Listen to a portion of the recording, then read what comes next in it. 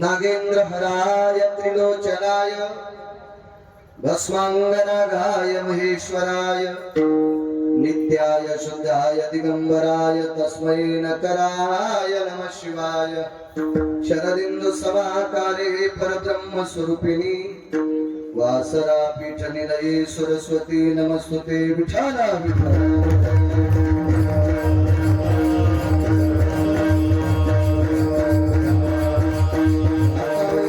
पावनाती भासती पंचानन समाना तया श्रोत्याची आचरणी जाना साष्टांग नमन करीतसु वाद्ये भूषित पावनती प्रत्यक्षामरेंद्रा समान तयाची आचरणे जाण साष्टांग नमन करीतसु आता गान गंधर्व देवता कोकिल कंठ स्वराराका जी कीर्तनी वहिवाशीत लोका तयाची आचरणी नमनगा मज दिसतसो परम विख्यात जो जान ब्रह्मयाचा सुतू नारद जान नाम तितिक्षु तयाची आचरणी नमनगा जेने धर्म जितविलाची बली तो संभाजी जान नवाली कावतरला जयाची आकुळी तया छत्रपतीची आचरण कमली साष्टांग नमन करीतसो विठ्ठला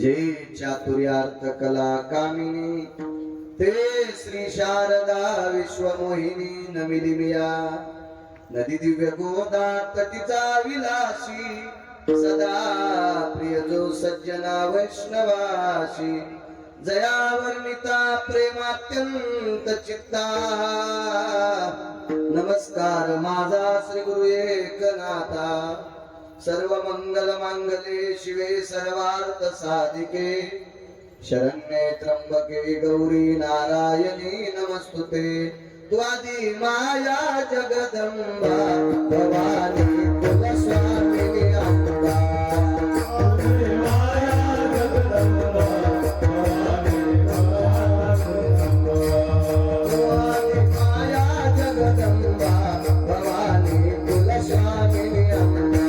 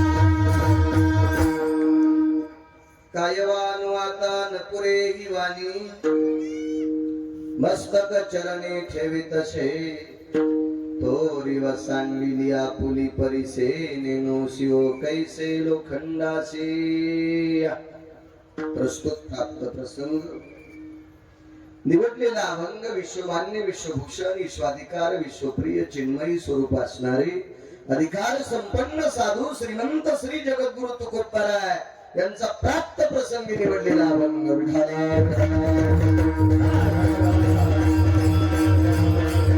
प्रसंगी निवडलेला अभंग माझ्या देहूतील मालकांचा आहे. मालकी अभंगाद्वारे संतांचा महिमा प्रतिपादित असताना वाणी अपुरी पडते असं स्वयं तुकोबाराय म्हणतात. किती मोठी संत असतात. काही माणसं म्हणत असतील कळस जगदंबेचा आहे सरस्वतीचा आहे संतांचं का सांगतात. जरा शिदम धरा ते कळ विठाला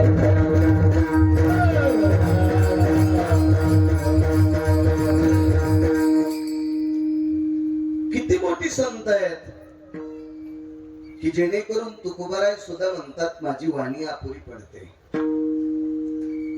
चला तुम्ही सगळी जण आशीर्वाद द्या, मी संतांचा महिमा तुमच्या पुढे प्रतिपादित करीन. तत्पूर्वी मोठ्या श्रद्धेने, मोठ्या अट्टहासाने, मोठ्या भावयुक्त अंतकरणाने पुशेगाव ग्रामस्थांच्या वतीने एका पवित्र अधिष्ठानाचा कलशारोहण कार्यक्रम मा आदिशक्ती ज्ञान प्रदायिनी सरस्वती मातेचा तो मठ आहे, ते अधिष्ठान आहे. आणि मा भवानी मातेच्या कलशारोहणाचा तो कार्यक्रम आहे. ते पवित्र अधिष्ठान आहे. तिथे येती योगी, जपी, तपी, सिद्ध, अनुरागी, महंत, मोठ्या मोठ्या महात्म्यांच्या तिथे समाध्या होत्या. अशा साधूच्या अधिष्ठानानं पुनीत असलेला तो मठ आणि त्या पवित्र अधिष्ठानाचा जीर्णोद्धार करून दिव्य असं तेजस्वी मंदिर करून आणि मग पूज्य श्री बाबाजींच्या शुभ हस्ते त्या कलशारोहणाचा कार्यक्रम झाला. आणि आजचा प्रसाद आहे.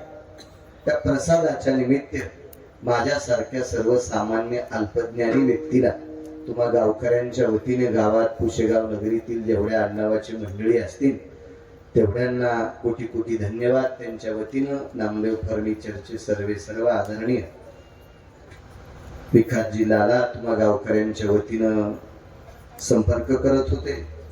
तुम्हा सर्व गावकऱ्यांना कोटी कोटी धन्यवाद. साऊंडवाल्यांना धन्यवाद. विठ्ठल महाराज असतील, आमचे लक्ष्मण महाराज असतील, तोडीस्तोड चंद्रा सूर्यासारखे पकवादे, त्या दोघांनाही धन्यवाद.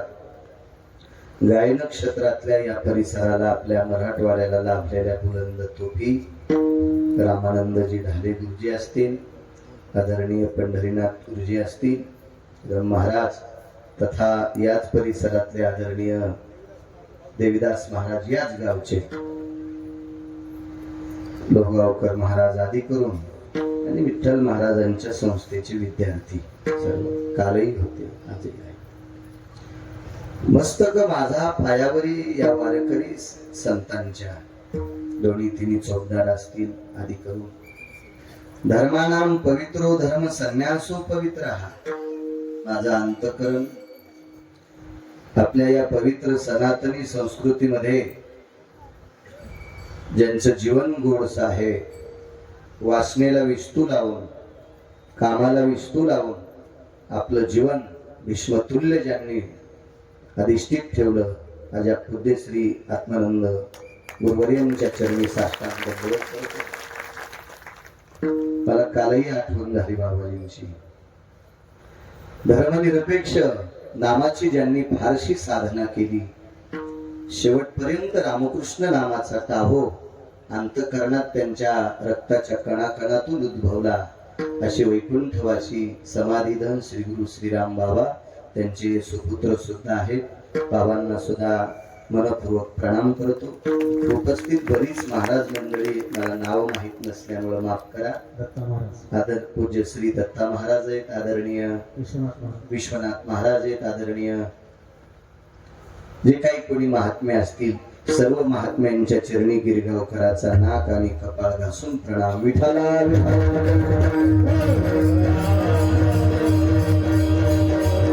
पंचक्रोशीतून आलेली गावातील सर्व श्रोते मंडळी तुम्हाला दंडवत करतो.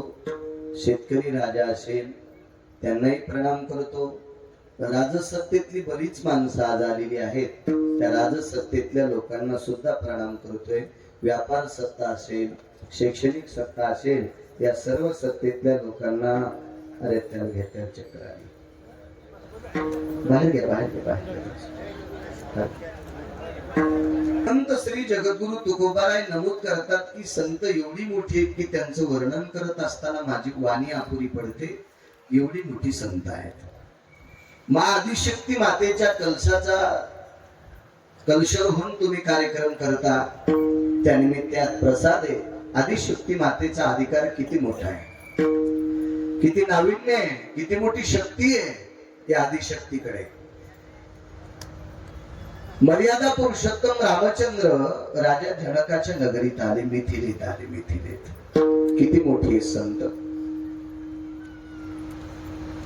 या पवित्र भारत देशात संतांचं अधिष्ठान किती मोठं आहे. वारकरी संप्रदायाच्या दंडकानुसार खर तर देवापेक्षा संतांचीच पूजा आधी सांगितली. देव सारावे देव सारावे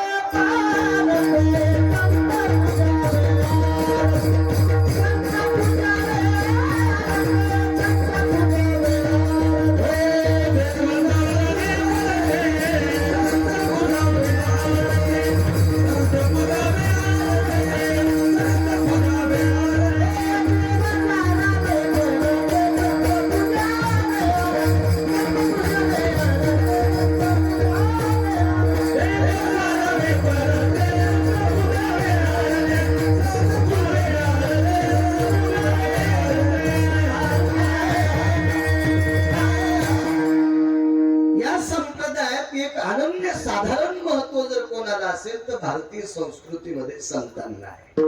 फार मोठं महत्व आहे. याच्या पलीकडे सांगू, मी कालही बोलून गेलो. नावडे वैकुंठ शेषाचे शयन वैष्णव सदन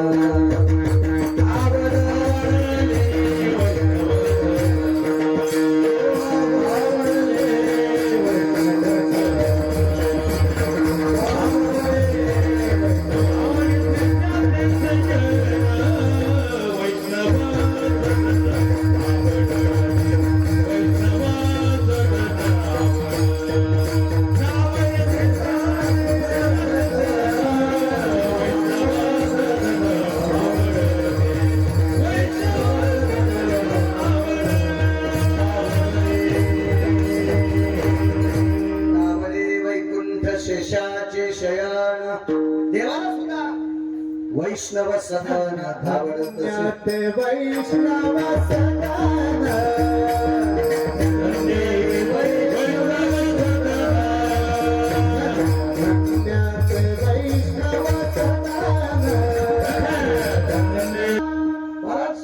देवाला सुद्धा संतांचं भुवन आवडतंय.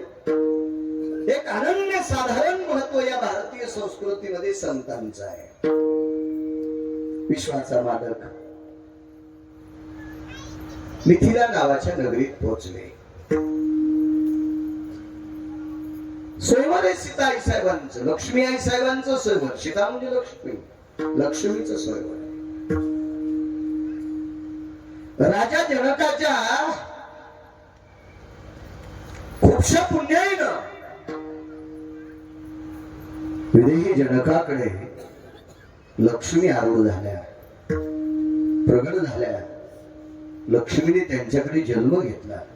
एवढा पुण्य पावन राजा जनक. आणि लक्ष्मीच्या सीताई साहेबांच्या स्वयंवराचा फार मोठा उल्हास जल्लोष चालू होता. आणि तिथे मर्यादा पुरुषोत्तम रामचंद्र, 7व्या अवतारातले रामचंद्र म्हणजे विटेवरचे मालक भगवान वैकुंठाधिपती विष्णू परमात्मा प्रगट झाले. तिथे हजर झाले. आदिशक्ती मातेचं अधिष्ठान किती मोठं बाबाजी, आणि तुम्हा साधू लोकांचं किती मोठं योगदान या दोन गोष्टीची सांगड घालतो. कारण कळस हा मातोश्रींच्या मंदिराचा कळस आहे. म्हणजे या भारत देशात आदिशक्ती मातेचं, सरस्वती मातेचं, महाकाली मातेचं, महालक्ष्मीचं, या जगदंबेचं किती मोठं अधिष्ठान आहे. आणि साधूचंही किती मोठं अधिष्ठान आहे. बघा, एखाद्या वेळेस देवाच्या अडचणी या पवित्र देशात साधू निरसन करतो. कधी कधी लक्ष्मीच्या अडचणी सुद्धा जगदंबा दूर करते. इतकं मोठं महत्व या पवित्र देशामध्ये जगदंबेला आणि साधूला आहे. सीताई साहेबांचं स्वयंवर हे सर्वांना ज्ञात आहे. तुम्ही रामायण ऐकून ऐकून ऐकून ऐकून इतकी हुशार झालात की आम्हाला सुद्धा वाटते, विचार करावा वाटते की आता रामायण कसं सांगावं. इतकं तुम्हाला पार झाले. आई साहेबांच्या स्वयंवरामध्ये एक पण होता. जो कोणी ते धनुष्य उचलून त्याला तो तीर लावून तो तीर सोडील, मोडणं हा शब्द वापरतात काय काय लोक. मोडणं, धनुष्य मोडायसाठी ठेवलं नव्हतं. कधी कधी आमच्या लोकांनी वाचून बोललं पाहिजे, वाचून बोललं पाहिजे. मोडण्यासाठी धनुष्य नव्हतं विठुराया. ते धनुष्य उचलून त्याला कोणी जो तीर लावीन आणि मग त्याच्या बाहू शक्तीनं, ती शक्ती इतकी प्रचंड असावा त्याचा तुकडा होईल काय होईल तो भाग सोडून द्या, पण मोडणं हा विधीत नव्हता. आपल्या संस्कृतीमध्ये फुटके तुटके मोडके याला किंमतच नाही. फुटके भांडे असले तरी ठूत नव्हते, अपशकुनाचं लक्षण होतं. साधा दगडाचा चटणी वाटायचा पाटा पण फुटका जमत नव्हता. जात्याचा कोपरा फुटला की लोक म्हणायचे जिथं पन्हाळाचं पाणी पडतंय तिथं पण जातं पालतं घालू नका, ते फुटकं आहे. तर मग धनुष्य मोडायचं कसं शक्य? काही बी कसं सांगायचं विठाला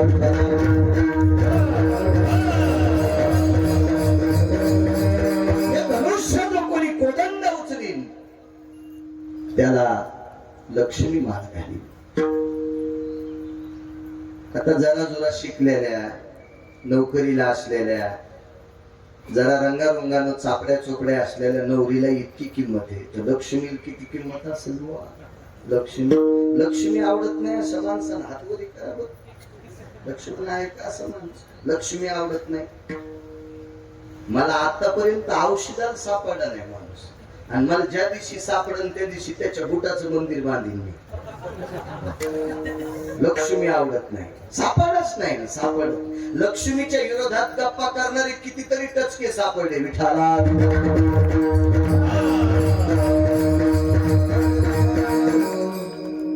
लक्ष्मी आवडत जरी नसेल बाबा, पण तिच्याशिवाय जगातलं काहीच होत नाही. आज तुम्ही विरक्त महात्म्यात रक्तांबर परिधानात सीतायाम, तुम्ही भगवा रक्तांबर परिधान केले तरी पण बाबा तुम्हाला सुद्धा दुपारी भूक लागल्याच्या नंतर ते द्रव्य, ते धान्य, ते स्वयंपाक करण्यासाठी त्याच्यासाठी द्रव्य लागेल. माध्यानाच्या वेळेला भूक लागल्याच्या नंतर यती असेल, योगी असेल, तपी असेल, सिद्ध असेल, संन्यासी असेल, अनुरागी असेल, त्याला सुद्धा पैसे लागतील. काका त्याच्याशिवाय होत नाही. विश्वातलं कुठलंही होत नाही, कुठलंही होत नाही.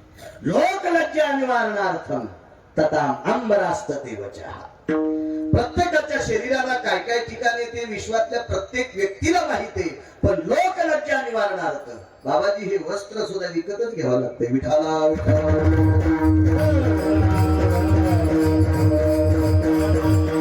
म्हणजे सामान्य थोडीफार एखाद्या मुलीला नोकरी लागली असेल तर सगळे पाहुणे लाल घोटीत तिच्या बापाकडे येतात, घ्या आम्हाला पदरात. पहिले पोरीचे बापही म्हणत होते आम्हाला पदरात घ्या, आमच्या लेकीला स्वीकारा. आता पोरायचे बाप लाल घोटीत चांगल्या पोरीकड, शिकलेल्या पोरीकड, पोरीच्या बापाकडे अशी जिभेवर लाल घोटीत चिंचा पाहिल्यावर कशी लाल येतील अशी, तशी लाल घोटीत पोरीचे बाप पण म्हणते बघा ना आमचा बाबा बरा आहे, ते काय बुट हरपून येत नाही, म्हणजे संध्याकाळी बुट दोन्ही घालून येतोय असं पद्धतशीर सांगते पोरीचे बाप, पोराचे बाप. आणि मग या सामान्यांकडे जर एवढी आस्था असेल तर प्रत्यक्ष लक्ष्मीचं लग्न म्हणल्यावर किती किती आत्मीयता असो. प्रत्येकाला वाटत होतं लक्ष्मी मला असावी, प्रत्येकाला. मला ज्याच्याकडे सोन्याचं गाव होतं, पहिल्याच 80,000 बायका होत्या, त्याला पण पुन्हा वाटत होती मला लक्ष्मी असावी. त्याचं नाव रावण मिठाला.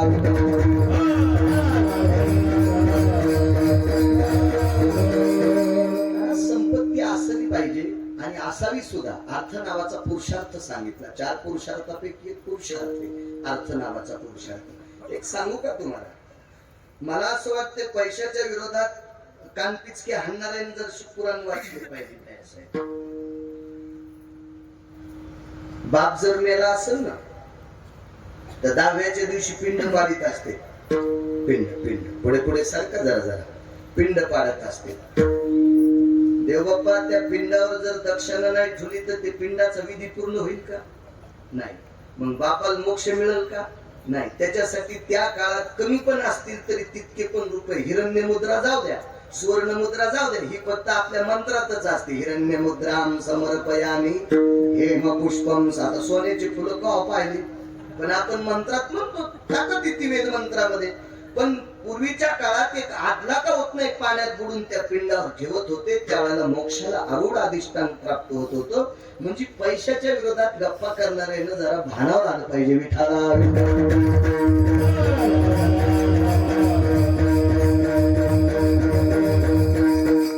मला असेल, एखादा भजने असेल, एखादा महाराज असेल, त्याच्या बायकोची साडी फाटली तर दुकानदार फुकट देईल का? आणि साडी फाटली तर सगळी इज्जत न दिली जाती ना. तुका म्हणे नग्न भाजन परी ते लाज. स्वामी तिच्या मायबापाची सासू सासऱ्याची जात नाही. ज्याच्यासोबत लग्न केलंय त्या नवऱ्याची इज्जत नदीच्या पलीकडे जाते. मग त्यासाठी पैसे लागतील का नाही विठाला?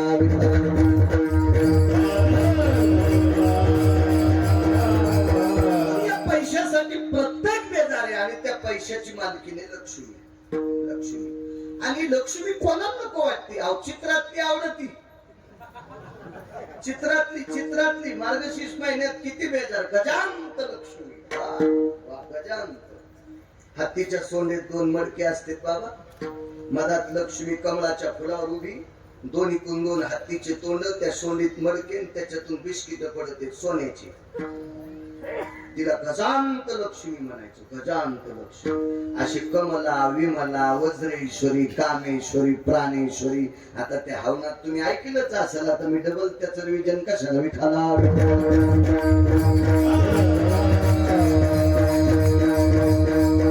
ही चित्रातली लक्ष्मी जर आपल्याला एवढी आवडती तर प्रत्यक्ष लक्ष्मी त्या काळातल्या लोकांना किती आवडत असेल. रावण प्रचंड श्रीमंत होता. तुका म्हणे ज्याची संपदा एवढी फार मोठी. मला असं वाटतं वारकरी संप्रदायातल्या या अष्टादश संतांनी कोण्या पैशावाल्याला चोंभाळलं नाही, पण रावणाला चिटकून गेले थोडेसे. त्याची संपदा म्हणजे तुकोबाय वर्णन करतात. त्यावरती रावण श्रीमंत होता. पण रावण तरी पण स्वतःला भिकारीच समजित होता. कारण ते अतृप्त आत्मा होता. रावण अतृप्त आत्मा होता. कारण सांगू, त्याचं गाव सोन्याचं होतं, पण त्याला दुसऱ्याचे मातीचे भिताड सहन होत नव्हते. इतकं त्याचा खराब मेंदू होता रावणाचा. विठाला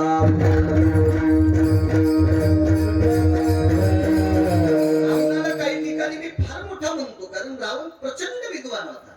बराच कर्मकांडात रावणासारखा ब्राह्मणच जन्माला आला नाही.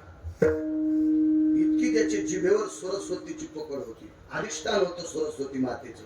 म्हणून तर काशीतल्या मालकानं सोन्याचं गाव त्याच्या मंत्राला प्रसन्न होऊन देऊन टाकलं. इतके मंत्र म्हणायचा कर्मकांडातले रावण. पण 4-2 जागेवर चुकला. जाऊ द्या, काय करायचं आपल्याला. काय ते काय आपला पाहुणा नाही, त्याच्या गावात काही द्यायचं घ्यायचं नाही, काही समन बी नाही ना. आता काय ते येत नाही, काय नाही. उगाच आता कशाला ते मेल्यावर समाधान काट्या आणायच्या. विठाला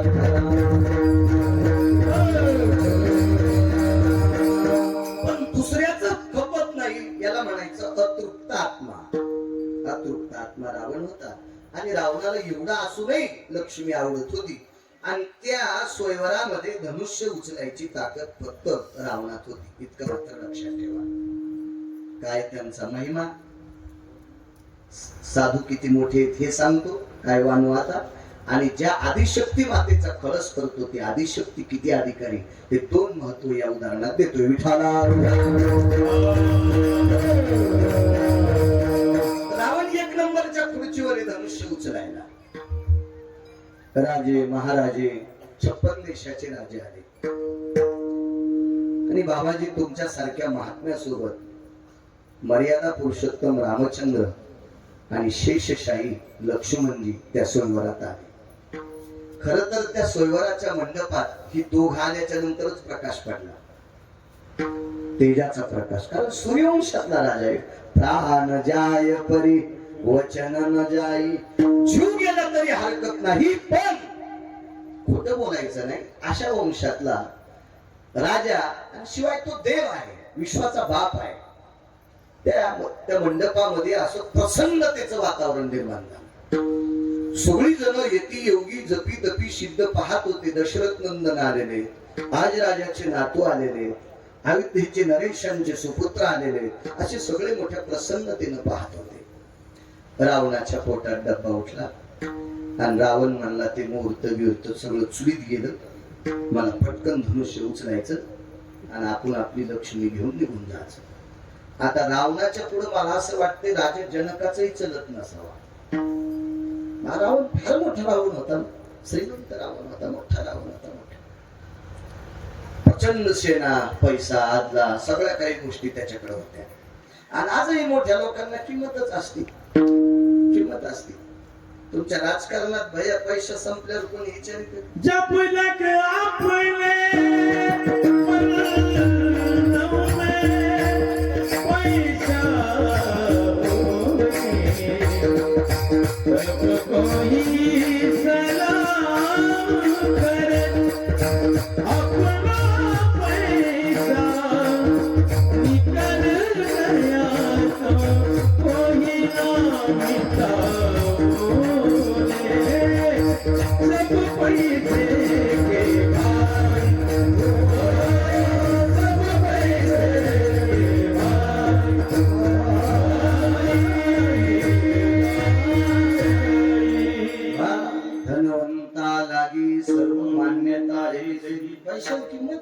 नटलो.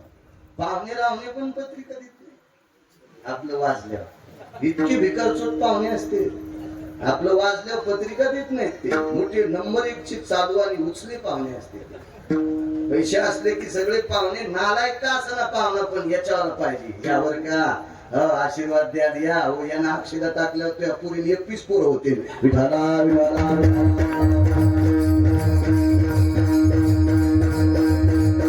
पैशाला किंमत आहे महाराज. अर्थ नावाचा पुरुषार्थ सांगितला. रावण प्रभावशाली होता आणि रावण उठले नाही. रावण उठल्याच्या नंतर नाराज तिथं 9 लोक झाले.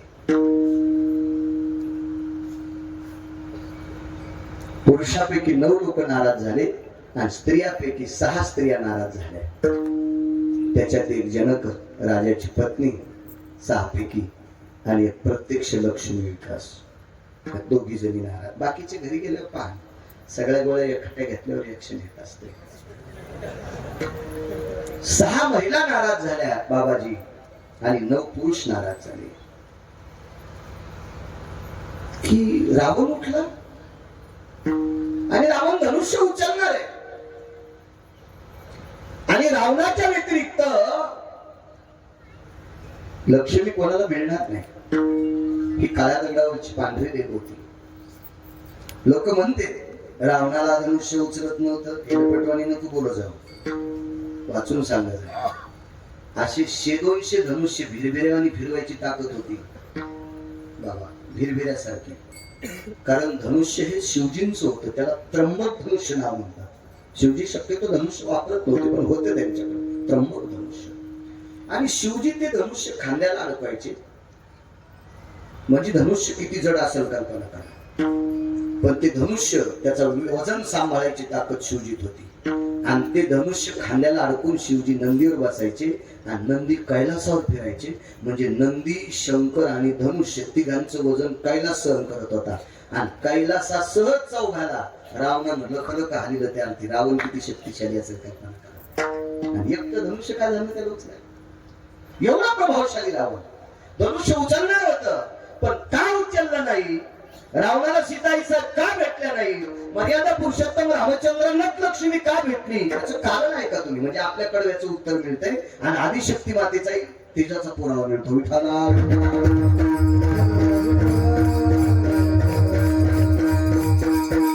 सगळी जण रावणाकडे बघत होते. 9च्या व्यतिरिक्त काही साधू होते. त्याच्यापैकी एका साधूला दुःख वाटलं. बाबा तुमच्यासारखा महात्मा आहे आणि त्या महात्म्याच्या लक्षात आलं लक्ष्मी लंकेशाच्या घरी जाऊ नये.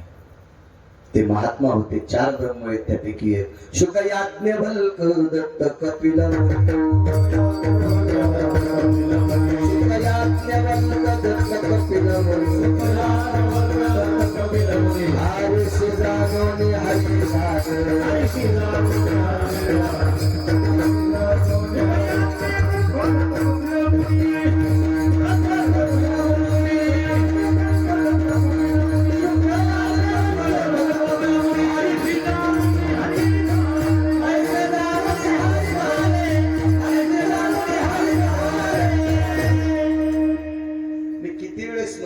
महिलांना पुढे सरका ना असं बरं का. माई समाधी बांधायची का तिथं. त्या बायका कशाला असतात बरं. एक तर तुम्ही गर्दी कशाला करता मला हेच कळत नाही. रातच्या कीर्तनाला तुम्ही अर्धे आले असत्या तर आता इतकी अडचण येत नव्हती. एकाच कीर्तनाला इतक्या लोकांनी गर्दी कशाला करायची. सरका पुढे पुढे. त्या मागचे लेकरं बाळा घेऊन आल्या त्या बायका कुठे बसतील बरं. हे चोपदार सरका लक्ष्मी आली पुढे. नाही इकडच्या नाही आता त्या काही एका वेळ बसतील का. रिकामी जागेत घ्या. सरकार कोपऱ्यातल्या जी सरकार नाही तिला चिकनगुनिया होईल. हा जगदंबेचा खेळ साधा नाही बरं का माहिती न. सरका पुढं. विठाला विठाला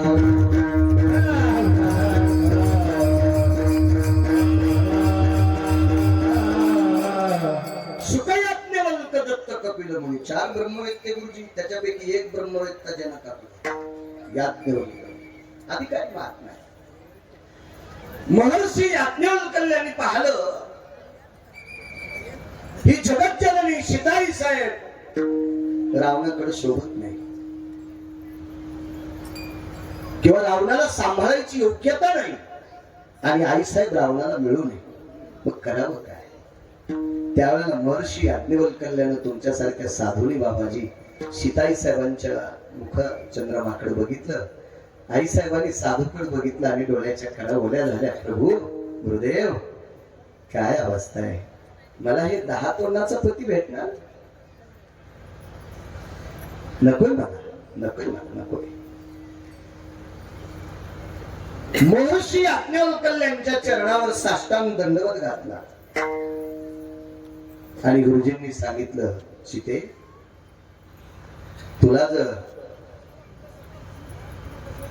अयोध्या नरेशाचा सुपुत्र मर्यादा पुरुषोत्तम, देवाला पुरुषोत्तम नाव का दिलं असेल? 7व्या अवतारात रामचंद्रांना पुरुषोत्तम. पृथ्वीवर जितके पुरुष आहेत का, पृथ्वीवर जितके देश आहेत का, या सर्व देशात जितके पुरुष आहेत का, या सर्व पुरुषातला उत्तम पुरुष म्हणजे मर्यादा पुरुषोत्तम. रामचंद्रांसारखा उत्तम पुरुष जगात कोणी झाला नाही, कारण संसारात, व्यवहारात, सगळ्या राजकीय क्षेत्रात, सर्व गोष्टीत उत्तम पुरुष म्हणून मर्यादा पुरुषोत्तम. आता मर्यादा उल्लंघनच झाली नाही म्हणून मर्यादा, पण सर्व पुरुषात उत्तम म्हणजे पुरुषोत्तम. आणि हे जर तुला पाहिजे असतील तर तुला माझं एक ऐकावं लागेल सीते. मला सीताई साहेबांच्या फक्त लक्षात होतं, साधू शिवाय देव प्राप्त होत नाही. पैठणच्या मालकांनी सांगावा, हरी प्राप्ती सेव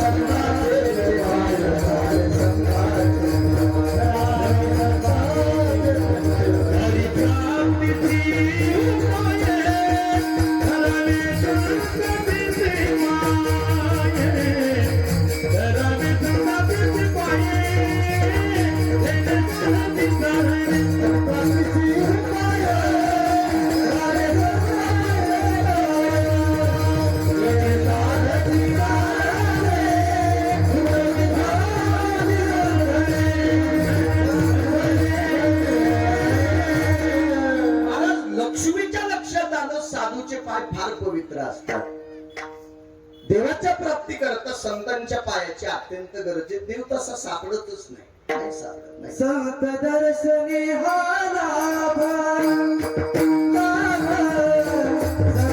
दर्शनी हा लाभ